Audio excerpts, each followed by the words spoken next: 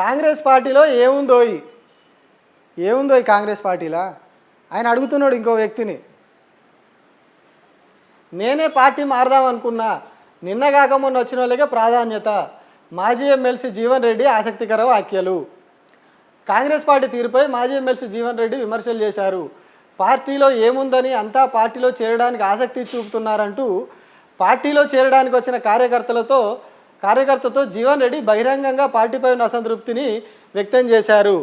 జగిత్యాలలో విప్ అడ్లూరి లక్ష్మణ్ జన్మదిన వేడుకల్లో పాల్గొన్న జీవన్ రెడ్డి గత కొంతకాలంగా పార్టీపై ఉన్న అసంతృప్తిని, మనసులో ఉన్న మాటను బయటపెట్టారు.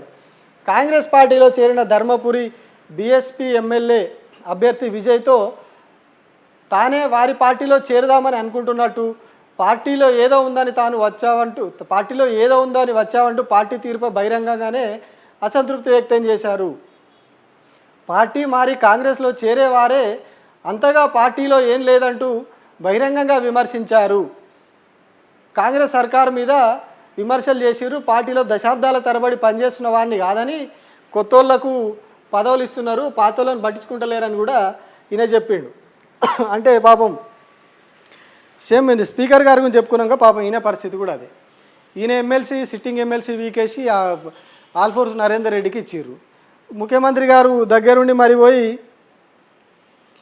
ఏం చెప్పిండు, నచ్చితే ఏరి లేకుంటే లేదు, మీకు రుణమాఫీ అయితే ఏరి లేకుంటే లేదు. ఎవడన్నా ఓట్లకు పోయినాడు అట్లా చెప్తాడా?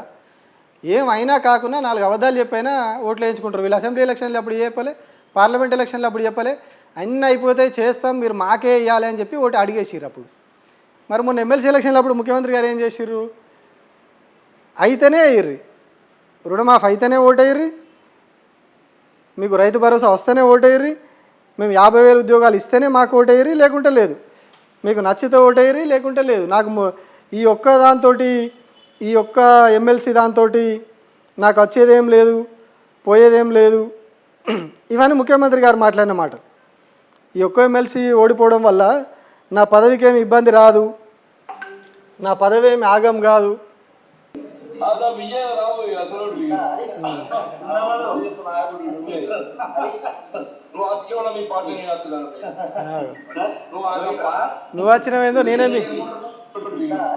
నువ్వు వచ్చినవేందో మీ పార్టీలకు నేనే వస్తాను కాదు అంటాడు.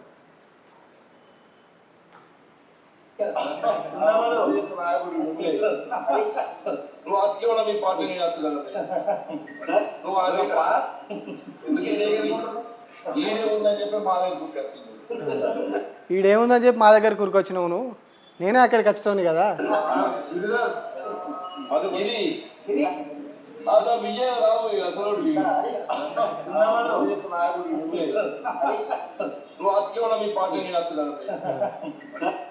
అది పరిస్థితి కాంగ్రెస్లో.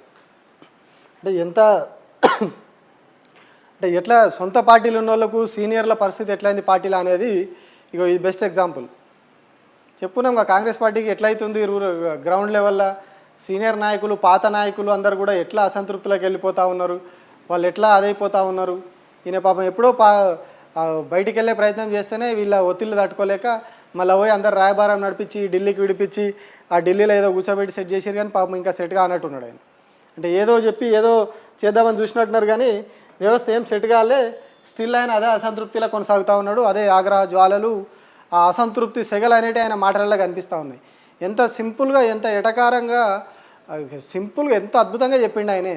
ఏమున్నదో ఏమున్నదని వస్తున్నావో నేనే అటు వచ్చేటోని కదా అంటున్నాడు. ఇక ఇంతకు మించి వీళ్ళకు ఏం చెప్పడానికి ఏం లేదు వీళ్ళకి. ఇక అంటే అట్లా పార్టీని వాళ్ళు పలసన చేసుకుంటూ ఉన్నారు, వేరేటోళ్ళు కాదు, వాళ్ళకి వాళ్ళే పార్టీని పలసన చేసుకుంటూ పోతూ ఉన్నారు, వాళ్ళకి వాళ్ళే ఆగమవుతూ ఉన్నారు రోజుకు రోజు.